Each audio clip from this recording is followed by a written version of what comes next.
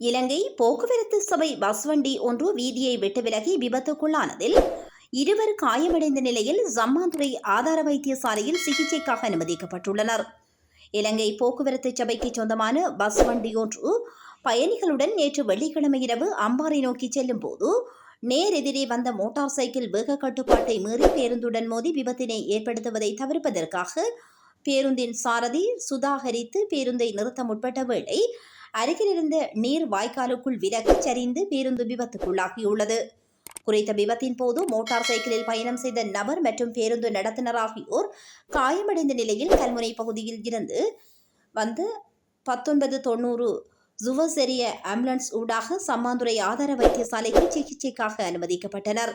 மேலும் விபத்து இடம்பெற்ற அம்பாறை பங்களாவடி பிரதான வீதிக்கு வருகை தந்த போக்குவரத்து போலீசார் மேலதிக விசாரணைகளை மேற்கொண்டு வருவதுடன் விபத்துக்குள்ளான பஸ் வண்டியை மீட்கும் பணி நடைபெற்று வருகின்றது.